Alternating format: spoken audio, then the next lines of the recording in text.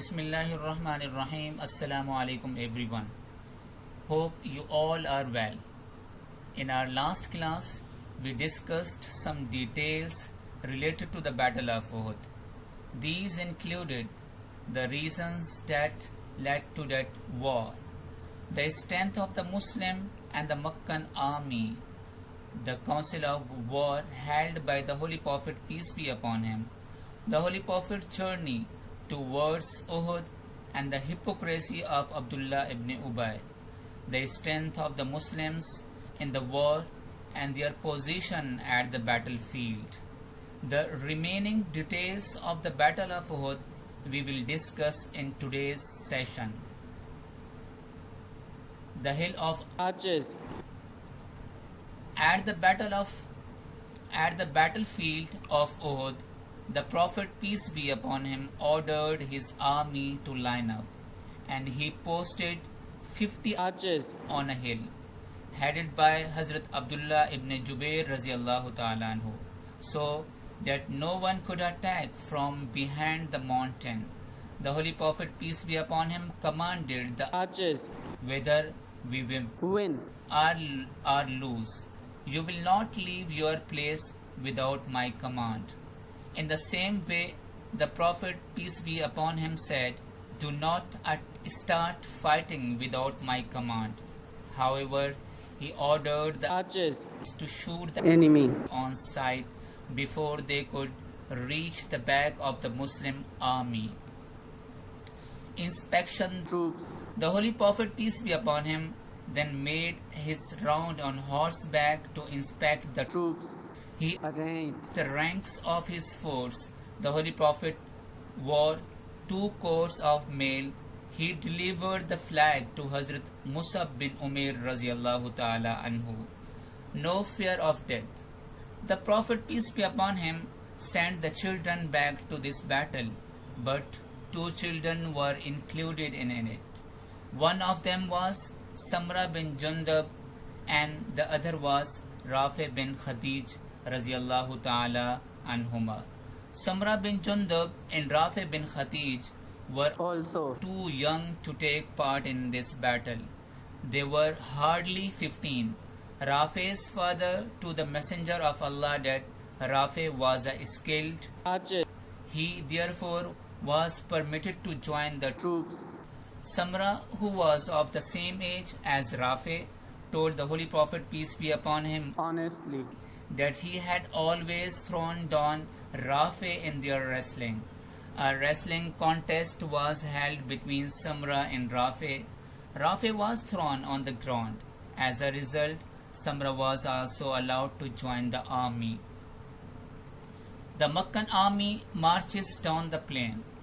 Quraysh too ordered their force in rows. Priding themselves on their numbers, they marched down the plain with their idols in the center of their army. Women also participated in this war. The Quraysh Lashkar was being led by Hinda, and she sang songs to encourage the young soldiers. Hinda, daughter of Utbah and wife of Abu Sufyan, sang, Hoo, sons of Abduddar, Hoo, guardians of the land, strike down your enemies, advance forward, and we shall embrace you, advance forward, and we shall spread the carpets for you, turn your back and we shall avoid you, turn your backs and we shall never come to you. When the battle finally began, first there was a one-on-one contest. Then the general battle began. Women with tambourines were inciting the youth to fight. The Quraysh army was larger than the Muslim army, but the Muslims were in high spirits, relying on Allah and ready to fight the enemy or to be martyred in the cause of Islam. The Battle of Uhud was one of the fiercest battle in the Muslim history. The bravery of Hazrat Abu Dujana radiallahu ta'ala anhu. Hazrat Abu Dujana was a companion of the Holy Prophet, peace be upon him. He showed extraordinary bravery in this battle. Hazrat Abu Dujana was a very brave man. His red turban was well known. It was called the turban of death. Whenever he wore it, winding it round the helmet, they knew that he meant to inflict great slaughter on the enemy. The Holy Prophet, peace be upon him, gave him his sword. Hazrat Abu Dujana Promised that he would fight with the Holy Prophet's sword until it be bent. And he did fight very bravely. He advanced into the enemy's ranks. He killed every man he encountered as easily as if he had been a reaper and his sword a sickle. The martyrdom of Hazrat Hamza radiallahu ta'ala anhu. Hazrat Hamza bin Abdul Muttalib was one of the greatest and the bravest of Arab heroes. At Badr, it was he who had killed Utbah, father of Hinda, her brother, and a number of her close relatives. Hinda was the wife of Abu Sufyan. Hazrat Hamza fought bravely for Islam on the day of Uhud. He killed a number of able Quraysh leaders, but Washi, a slave of Jubair bin Mut'im, was looking out for him in the battlefield. Hinda had promised him a great amount of wealth if could kill Hazrat Hamza radiallahu ta'ala anhu. She wanted to avenge the death of her father and her relatives. Jubair bin Mut'im had also promised Washi his freedom if he succeeded. Washi was very skilled at throwing a javelin. He hardly ever missed his aim. No sooner did Hazrat Hamza radiallahu ta'ala anhu come within his range than he poised his javelin until he was sure it would hit the mark. He then sent it flying. It pierced Hazrat Hamza's stomach. Hazrat Hamza fell and was martyred. The victory turned into defeat. In this topic, we will see how the Muslims won the war in Uhud, but how the victory turned into defeat and they lost and suffered great losses. What were the reasons for the loss?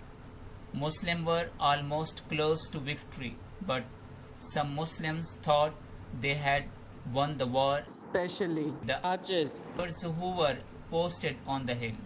They came down, except a few, and started collecting booty. Hazrat Abdullah bin Jubair radiallahu ta'ala anhu made an effort to hold his men back, but he could not do so. Most of the archers, believing that the battle had been won, left their covering post. There was now a sudden reversal of fortune. Seeing that the Archers had deserted their position, the horsemen under the command of Khalid bin Walid radiallahu ta'ala anhu, who shortly after the battle accepted Islam and later became one of the greatest general of all times, turned around and attacked the Muslim forces from the back, due to which the Muslim had to suffer a great loss. This battle teaches us the lesson that the archers should not have shown haste. They should have followed the commands of the Prophet ﷺ and should have stayed at the hill. Muslims also learned the lesson to rely on Allah's help always and not be confident of their own strength. Hope you have understood today's lesson. At the end, let's review some questions about the incidents related to the Battle of Uhud. Why did Allah's Messenger post a batch of archers on the hill? What did the wives of the Meccan chiefs do to motivate their soldiers during the Battle of Uhud? Hind promised a large amount of wealth to Washi for killing Hazrat Hamza radiallahu ta'ala anhu. Describe the incident in detail. This assignment will be posted on your Google Classroom and you will be expected to do it tomorrow by 10 p.m. Best of luck. Thank you. Take care and Allah Hafiz.